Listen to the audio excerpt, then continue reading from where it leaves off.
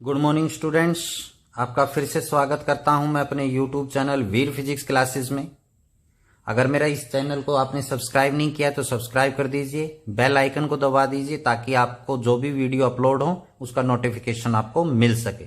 और वीडियो अगर पसंद आई हो तो उसको लाइक करना ना भूलें। तो आज की इस वीडियो में हम बात करते हैं 11th क्लास की फिजिक्स यूनिट नंबर 6 जिसका नाम है ग्रेविटेशन। आज के इस टॉपिक में हम बात कर रहे हैं gravitational field, intensity of gravitational field और एनर्जीज के बारे में हम डिस्कस करेंगे। तो सबसे पहले बात आती है कि ग्रेविटेशनल फील्ड है वो क्या होता है। जैसे आपने यहां पर नाम सुना होगा, 10th क्लास में आप लोगों ने पढ़ा हुआ है मैग्नेटिक फील्ड, यानी हिंदी में अगर हम बात करें चुंबकीय क्षेत्र के बारे में। किसके बारे में? चुंबकीय क्षेत्र के बारे में। और चुंबकीय क्षेत्र लाइंस के बारे में आपने पढ़ा हुआ है साइंस के अंदर। इंग्लिश मीडियम के जो बच्चे हैं उन्होंने पढ़ा हुआ है मैग्नेटिक फील्ड और मैग्नेटिक फील्ड लाइंस के बारे में। क्लियर? तो यहां पर हमारे पास क्या है, मैग्नेटिक फील्ड लाइंस क्या होती है, मैग्नेटिक फील्ड क्या होता है? It is the space around the magnet in which the effect of the magnet can be experience. Means magnet के अराउंड में वो स्पेस, जैसे ये आपके पास मैग्नेट, इस मैग्नेट के अराउंड में स्पेस, वो स्पेस जिसमें इसका इफेक्ट है वो महसूस किया जा सके, एक्सपीरियंस किया जा सके, वो इसका क्या कहलाता है? फील्ड कहलाता है, मैग्नेटिक फील्ड कहलाता है। क्लियर? एक स्पेस है, उसके बाहर चले जाएंगे तो इस मैग्नेट का आपको इफेक्ट महसूस नहीं होगा, ना ही अट्रैक्शन और ना ही रिपल्सन। तो फील्ड वो होता है, एक स्पेस होता है जिसके अराउंड में उस मैग्नेट है तो मैग्नेट का चार्ज है तो चार्ज का इफेक्ट महसूस हो सके। तो इसी प्रकार यहां पर ग्रेविटेशनल फील्ड है, the space around a material body in which its gravitational pull can be experienced is called gravitational field. जैसे हमारे पास क्या है, ये एक मेटेरियल है, कि ये बॉडी है, ये मार्कर है, क्या है? एक बॉडी। तो इस बॉडी के अराउंड में स्पेस, जिस स्पेस के अंदर इसका जो मेटेरियल, इसका ग्रेविटेशनल पुल जो है, क्योंकि आपको पता है according to Newton's law of gravitation, two bodies in this universe, any two bodies which have some mass, then they will be attract to each other. Pull करेंगे, अट्रैक्ट करेंगे। तो कह रहा है कि यहां पर ये बॉडी है, इसकी बॉडी के अराउंड में भी इसका क्या है? एक फील्ड है। उस फील्ड के अंदर ये दूसरी बॉडी को क्या कर सके? अट्रैक्ट कर सके। जैसे ज्यादा दूर चले जाएंगे तो इसके अट्रैक्शन का इफेक्ट क्या हो जाएगा? खत्म हो जाएगा, वो इसका फील्ड नहीं है। तो वो स्पेस जिसके अंदर इसके इफेक्ट, इसके पुल का, इसके अट्रैक्शन के का इफेक्ट है वो महसूस किया जा सके, that is called gravitational field. और ग्रेविटेशनल फील्ड है वो एक स्केलर क्वांटिटी है, स्केलर है। ठीक है, जस्ट एक इमेजिन किया गया एक स्पेस कि भैया ये एक स्पेस है, इसमें इसका इफेक्ट है, इसके बाहर जाओगे तो इसका इफेक्ट खत्म हो जाएगा, आपको नहीं महसूस होगा। क्लियर? उसी के साथ यहां पर हमारे पास बात आती है intensity of gravitational field. Gravitational field जो है इसकी इंटेंसिटी, इंटेंसिटी का मतलब होता है स्ट्रेंथ, ताकत। जैसे यहां तो मैंने जस्ट क्या कहा, एक स्पेस जिसके अंदर उसके कोई भी बॉडी है, उसके ग्रेविटेशनल फोर्स का एक्सपीरियंस हो सके। क्लियर? ये बताया मैंने। अब इंटेंसिटी का मतलब क्या है कि उस स्पेस के अंदर किसी भी पॉइंट पर उसकी स्ट्रेंथ कितनी है, उस फोर्स की, वो फोर्स कितना है, तो वो होती है इंटेंसिटी। तो इंटेंसिटी ऑफ ग्रेविटेशनल फील्ड क्या है? The intensity of gravitational field of a body at A point in the field.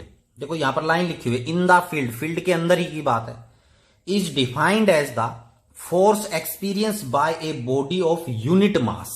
इस बात के ऊपर ध्यान देना है, force experienced by a body of, यहां पर ध्यान देना, ये बॉडी है, आपको लाइट में हल्का सा ना दिखाई दे तो बॉडी है ये, बॉडी ऑफ यूनिट मास। यानी कोई भी आपके पास ग्रेविटेशनल फील्ड में हमने क्या निकालना है? फोर्स एक्सपीरियंस निकालना है। फोर्स एक्सपीरियंस किसके लिए निकालना है? एक यूनिट मास बॉडी, मतलब एक ऐसी बॉडी लेनी है जिसका मास कैसा हो? यूनिटी। क्या करने के लिए? चेक करने के लिए। किसको चेक करने के लिए? ग्रेविटेशनल फोर्स को चेक करने के लिए। जैसे लाइट आ रही है या नहीं आ रही, उसके लिए हम क्या चेक करते हैं? टेस्टर का यूज करते हैं, है ना। टेस्टर से चेक करते हैं भाई लाइट यहां पर है या नहीं है। उस टेस्टर का लाइट के ऊपर कोई इफेक्ट नहीं पड़ता है। इसीलिए यहां पर हम यूनिट मास बॉडी लेते हैं ताकि वो उसके फील्ड के ऊपर कोई भी इफेक्ट ना डाल सके। तो यहां पर ध्यान देना है, force experience by a body of unit mass place at that point. Eight that point का मतलब क्या है, जिस पॉइंट पर आप फोर्स निकालना चाहते हैं।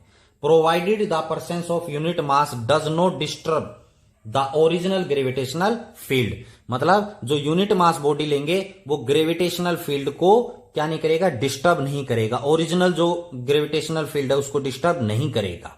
क्लियर। तो इसको समझने के लिए जैसे मैं आपको बता देता हूं, यहां पर ये एक हैवी मास बॉडी है कोई भी, ठीक है, जिसका मास क्या है, कैपिटल एम। तो इस बॉडी के अराउंड में इसका क्या होगा, फील्ड होगा। मान लीजिए इसका फील्ड है वो यहां तक है, इस पी पॉइंट तक है। इसको समझाता हूं इस डेफिनेशन को, कि ये एक मास बॉडी है, heavy mass, not unit mass, mass body है जिसका फील्ड यहां इस पी पॉइंट तक है। इसके आगे जाओगे तो इसका फोर्स ऑफ अट्रैक्शन या ग्रेविटेशनल फील्ड नहीं है, यानी इसके अराउंड में यहां पर ऐसे, ठीक है। तो यहां पर तक फील्ड है, तो यहां पर फील्ड होने की वजह से यहां पर अगर हम इसका फोर्स निकालें कि फील्ड है ग्रेविटेशनल फील्ड, तो फोर्स कितना काम कर रहा है, तो इस P point per unit mass body रखनी है, एम नोट से हम डिनोट करते हैं। ये बताएगी इसके ऊपर कितना फोर्स लगेगा, वो क्या होगा, इंटेंसिटी ऑफ ग्रेविटेशनल फील्ड। इसको हम यहां भी रखकर चेक कर सकते हैं, जैसे कोई दूसरा पॉइंट है यहां भी हम यूनिट मास बॉडी रख सकते हैं।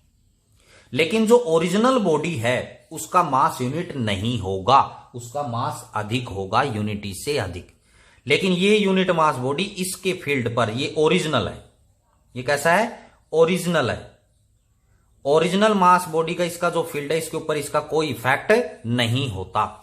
ये जस्ट क्या काम आता है, यूनिट मास चेक करने के लिए कि भैया यहां इस पॉइंट पर इस ओरिजिनल जो बॉडी है उसकी ग्रेविटेशनल फोर्स उसका कितना है, वो चेक करने के काम आता है। जैसे टेस्टर लाइट चेक करने के काम आता है कि यहां पर लाइट है या नहीं है।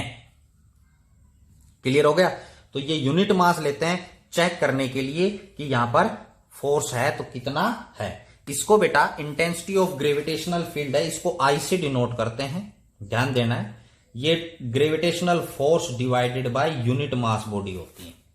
तो जैसे ग्रेविटेशनल फील्ड फोर्स जो है, जैसे ये मास बॉडी है पी पॉइंट पर, unit mass body P point पर, यहां से यहां तक की डिस्टेंस क्या है, आर है।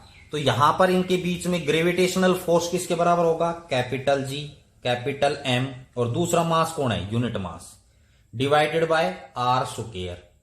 क्लियर। और डिवाइडेड बाय क्या है, एम नोट, इंटेंसिटी आपने निकालनी है। तो एम नोट से एम नोट क्या हो जाएगा, कैंसिल। तो intensity of gravitational field capital G capital M divided by are square के बराबर हो जाएगी।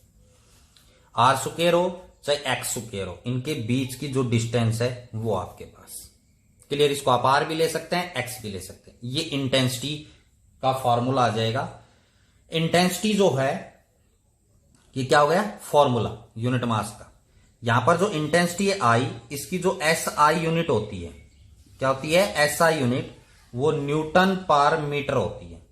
किसके बराबर होती है, न्यूटन पर मीटर, क्योंकि इंटेंसिटी है वो force upon mass, unit mass, force की यूनिट न्यूटन और मास की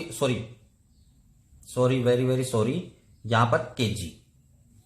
ठीक है, फोर्स अपॉन मास, मास की यूनिट क्या होती है, किलोग्राम, गलती से लिखा गया, माफ करना।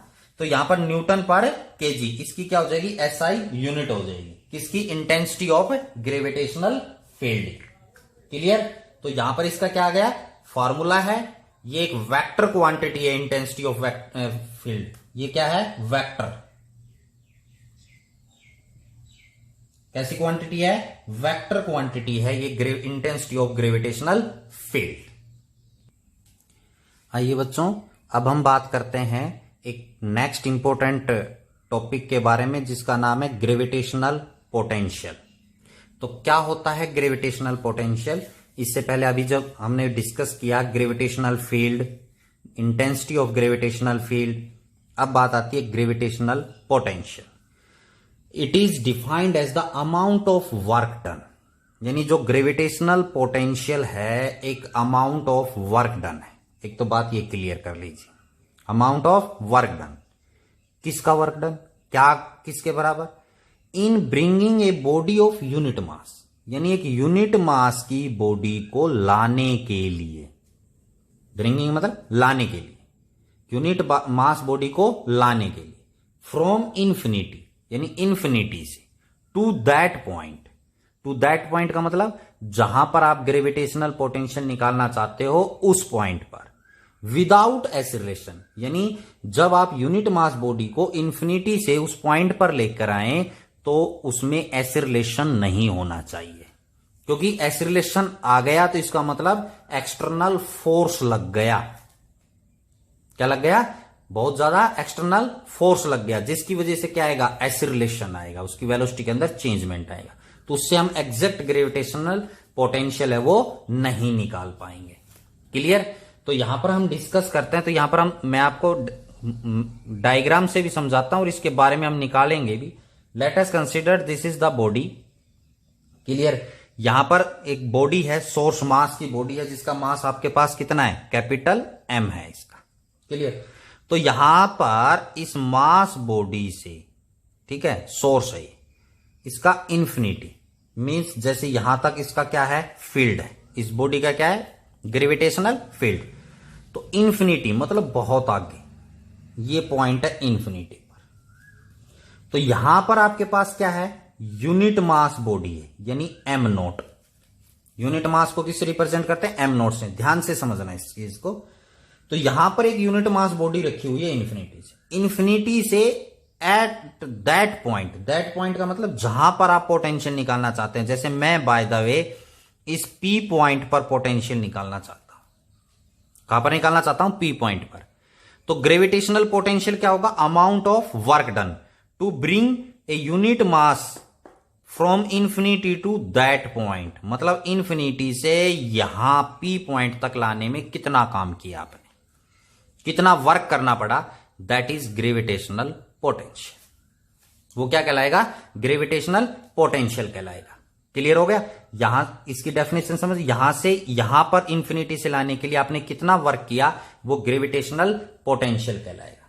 ठीक है? और यहां तक इसका क्या है? फील्ड है। यानी ये जो A पॉइंट है, यहां तक इसका क्या है? फील्ड है। तो हमने माना कि यहां जहां तक आपके पास फील्ड है उस डिस्टेंस को, यानी इस बॉडी से O पॉइंट है और A तक की जो डिस्टेंस है उसको मान लिया x।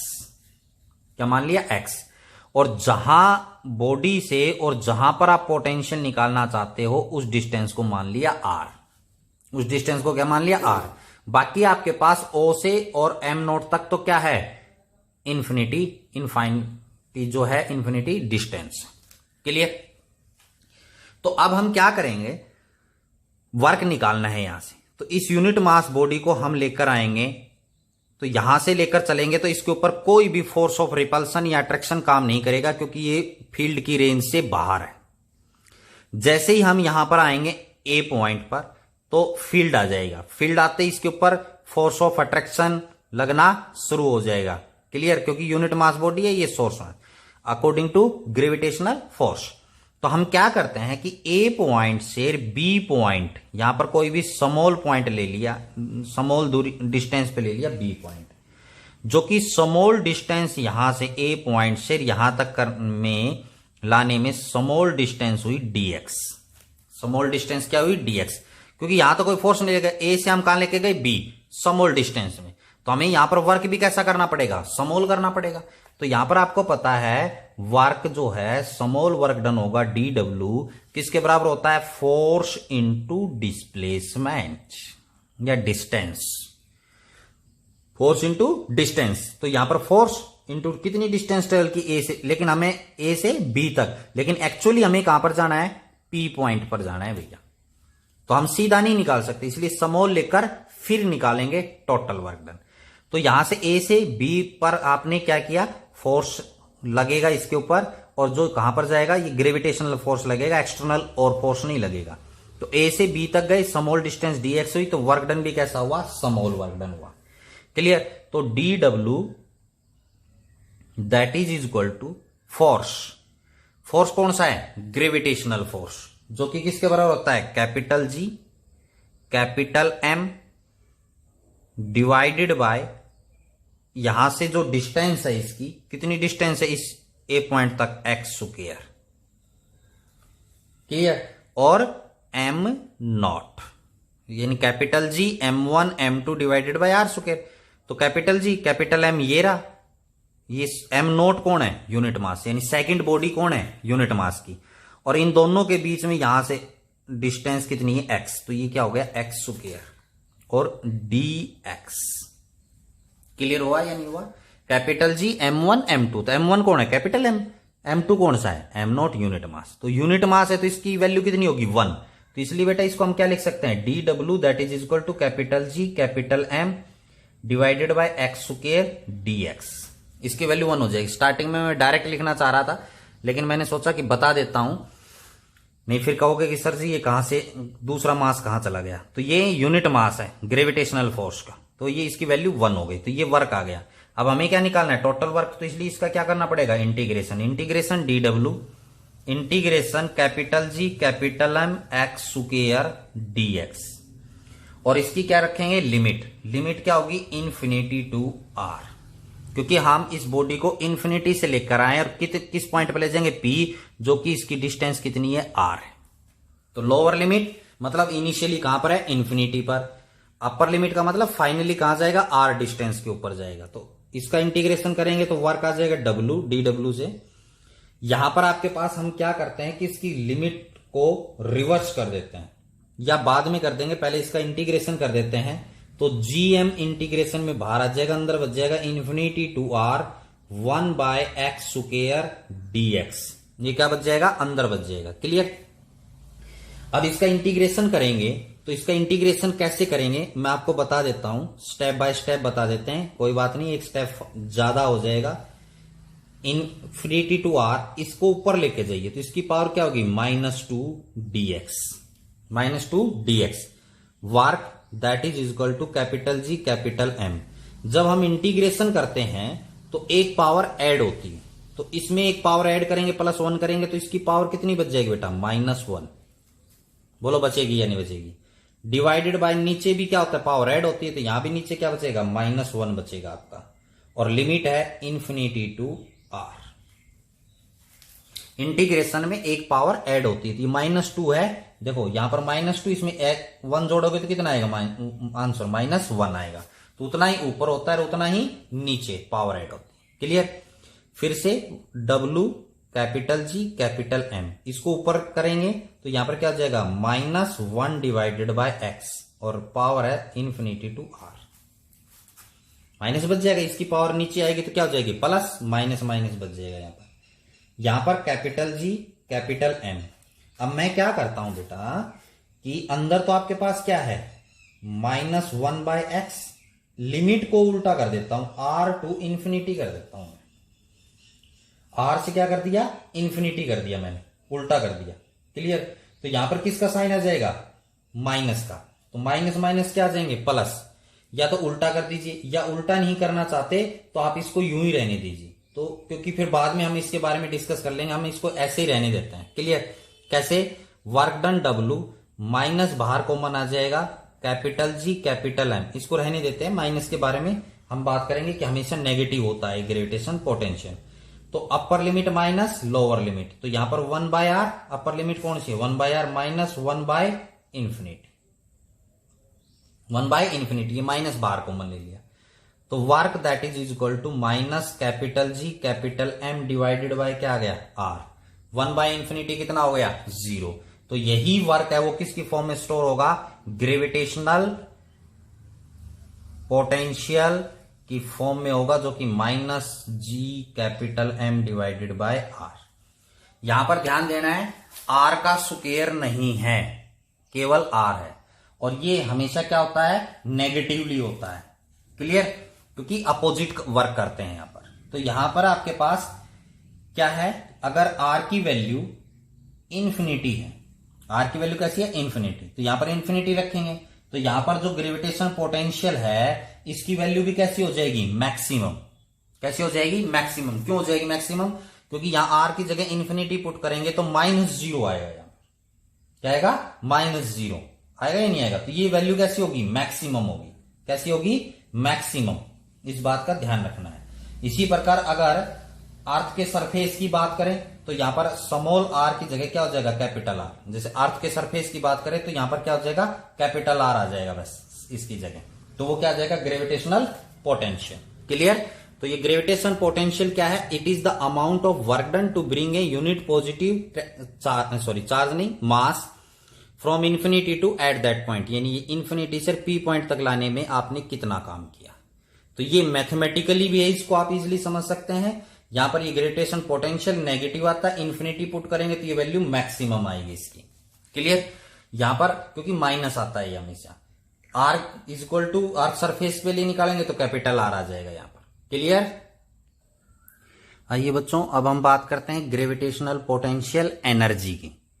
तो अभी हमने बात किया वो ग्रेविटेशन पोटेंशियल की बात की, अब बात आती है एनर्जी। तो इन दोनों में ग्रेविटेशनल पोटेंशियल और ग्रेविटेशनल पोटेंशियल एनर्जी दोनों में अंतर क्या है। अंतर सिर्फ ये है कि ग्रेविटेशनल, ध्यान से सुनना है, ग्रेविटेशनल पोटेंशियल में तो यूनिट मास बॉडी लेते हैं वर्क निकालने के लिए, लेकिन ग्रेविटेशनल पोटेंशियल एनर्जी में एनी बॉडी मास लेंगे, यूनिट मास बॉडी नहीं लेनी। क्लियर। वो किसी भी मास की बॉडी हो सकती है, सिर्फ यही अंतर है। तो it is defined as the energy store in a body while bringing any mass body from infinity to at that point. और इसमें भी क्या आएगा, विदाउट एसिलेशन। इसमें भी क्या लिखना है, विदाउट एसिलेशन। इस चीज का ध्यान रखना है, यहां पर लिख देता हूं विदाउट एसिलेशन, यानी एसिलेशन नहीं आना चाहिए। या आप इसकी दूसरी डेफिनेशन में क्या लिख सकते हो, ग्रेविटेशन पोटेंशियल एनर्जी में it is amount of work done. जैसे हमने ग्रेविटेशनल पोटेंशियल की लिखी थी, वही डेफिनेशन भी आप लिख सकते हो, सिर्फ एक चेंज करना है। मैं आपको बता रहा हूं, it is the defined as the amount of work done to bring any mass body, वहां पर यूनिट मास था, यहां पर क्या लिखना है, any mass body from infinity to at that point without acceleration, यानी बिना एसिलेशन के उस बॉडी को लेके आते हैं। तो वहां पर जो वर्क डन होता है वही ग्रेविटेशनल पोटेंशियल एनर्जी की फॉर्म में स्टोर होता है। जैसे इसको भी हम पढ़ते हैं, यहां पर एक ये बॉडी थी, हमने ली थी अभी, जिसका मास कैपिटल एम ले लिया। इसको यहां तक बाय द वे इसका फील्ड है ए पॉइंट तक, यहां पर आपके पास क्या है, इंफिनिटी पॉइंट, इनफाइनाइट। ठीक है। यहां ए तक क्या है, ग्रेविटेशन। तो इंफिनिटी पर क्या है, मास बॉडी रखी है, यूनिट मास बॉडी नहीं, इसमें ध्यान रखना है। यहां पर बॉडी रखी है, इसको हम इंफिनिटी से एट दैट पॉइंट, जैसे हम पी पॉइंट पर, जैसे अभी निकाला था, पी पॉइंट पर ग्रेविटेशनल पोटेंशियल एनर्जी निकालना चाहते हैं। तो इस मास बॉडी को ए पॉइंट, पी पॉइंट तक लाने में कितना वर्क किया, that is called gravitational potential energy. Clear.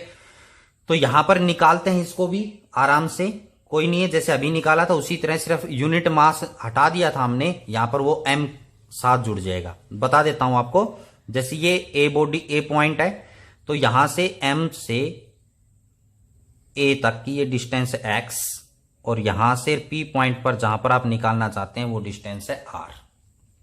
Clear. तो हमने स्टार्टिंग में क्या कहा कि बॉडी यहां तक आई ए पॉइंट पर फील्ड के अंदर, तो यहां पर हमने फोर्स, ग्रेविटेशनल फोर्स लगेगा बी पॉइंट तक, जो कि स्मॉल डिस्टेंस dx ट्रेवल की। तो यहां पर small amount of work done होगा dw, that is equal to force into distance. dw work that is equal to force, कौन सा लेना है, gravitational force, capital M small m divided by x square, क्योंकि इन दोनों के बीच में यहां पर डिस्टेंस कितनी है, x, तो x स्क्वायर dx। क्योंकि डिस्टेंस कौन सी लेनी है, दोनों मासी बॉडी के बीच की डिस्टेंस लेनी है। क्लियर। तो इन दोनों के बीच में डिस्टेंस कितनी है, x। तो जो ग्रेविटेशनल पोटेंशियल था ना, उसमें m नॉट था, तो इसलिए उसकी वैल्यू कैसी थी, यूनिट मास था, तो इसलिए 1 थी, इसलिए हमने यहां से उसको हटा दिया। लेकिन ग्रेविटेशनल पोटेंशियल एनर्जी में इसको हटाना नहीं है। क्लियर। बस यही एक अंतर है। तो टोटल वर्क डन निकालेंगे तो dw इंटीग्रेशन, यहां पर इंटीग्रेशन करेंगे capital G capital M small m divided by x square dx, इसकी लिमिट क्या होगी, इंफिनिटी टू r, वही। क्लियर। x square. तो यहां पर इसका वर्क क्या करेंगे, इंटीग्रेशन तो डब्लू आ जाएगा, capital G capital M small m बाहर आ जाएगा, अंदर आपके पास इंटीग्रेशन इन्फिनिटी टू आर, ये इसके ऊपर ले जाएंगे, इसकी पावर क्या हो जाएगी -2 dx। तो अभी आपको बताया जब पावर है तो उसमें इंटीग्रेशन में एक ऐड हो जाता है, तो वर्क डन डब्लू that is equal to capital G capital M small m, इसका इंटीग्रेशन करेंगे तो आपके पास आ जाएगा x -1 लिमिट है इन्फिनिटी टू आर, क्लियर। तो यहां पर work done W that is equal to capital G capital M small m -1 by x की पावर -1 है, नीचे लाएंगे तो क्या हो जाएगी प्लस इन्फिनिटी टू आर। अब यहां पर upper limit minus lower limit, capital G capital M small m, minus में बाहर कॉमन ले लेता हूं, तो अपर लिमिट में 1 बाय आर -1 बाय इन्फिनिटी। मैं फटाफट इसलिए कर रहा हूं क्योंकि ये बहुत बार हम डिस्कस कर चुके हैं, क्लियर। तो work done W that is equal to minus capital G capital M small m divided by r, 1 by infinity क्या हो जाएगा 0। यही वर्क डन है वो किस में होगा, ग्रेविटेशनल पोटेंशियल एनर्जी की फॉर्म में स्टोर होगा, जो कि minus capital G capital M divided by r. यहां आर का स्क्वायर नहीं है, बच्चे हैं बहुत गलतियां करते हैं, रूटीन में लिख देते हैं G capital M divided by are square. Gravitational potential energy में, ग्रेविटेशनल पोटेंशियल में आर का स्क्वायर नहीं है, आर है, इस बात का आपने ध्यान रखना है। तो यहां से हमने क्या देखा कि जो ग्रेविटेशन पोटेंशियल था वो किसके बराबर था, minus capital G capital M divided by r. तो इन दोनों में अंतर क्या हुआ, ग्रेविटेशनल पोटेंशियल आपने पूरा लिखना है नोट्स में, कभी शॉर्ट फॉर्म में लिख दीजिए, लिख दें तो gravitational potential multiply by mass. Gravitational potential आया उसको किससे मल्टीप्लाई कर दिया, मास से। मास का मतलब जिस मास को आप इंफिनिटी से लेकर आए हैं eight that point, any massive body है उसका, क्लियर। तो आज की वीडियो में हमने डिस्कस किया ग्रेविटेशनल फील्ड क्या है, ग्रेविटेशनल फील्ड इंटेंसिटी क्या है, ग्रेविटेशनल पोटेंशियल क्या है, ग्रेविटेशनल पोटेंशियल एनर्जी क्या है। ये कुछ इंपॉर्टेंट पॉइंट्स थे जिनके बारे में डिस्कस किया। अगर मेरी वीडियो पसंद आई हो तो लाइक करना ना भूलें। आज के लिए इतना ही, फिर मिलते हैं नई वीडियो के साथ, तब तक के लिए goodbye, have a good day.